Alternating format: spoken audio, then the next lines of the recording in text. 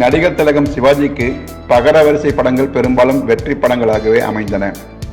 அவரது முதல் படம் பராசக்தி.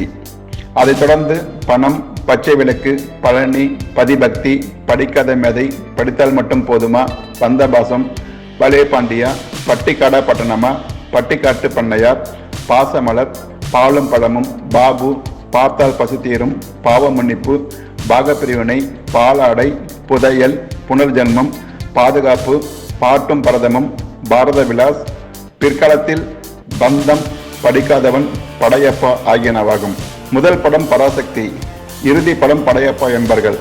ஆனால் படையப்பாவுக்கு பிறகு பூ பறிக்க வருகிறோம் என்னும் படம்தான் சிவாஜி நடித்த கடைசி படமாகும். படையப்பா படம் 1996ஆம் ஆண்டு திரைக்கு வந்தது. பூ பறிக்க வருகிறோம் படமோ 1999ஆம் ஆண்டு செப்டம்பர் 17 திரைக்கு வந்தது. இந்த படம் கூட பகரவரிசை படம்தான்.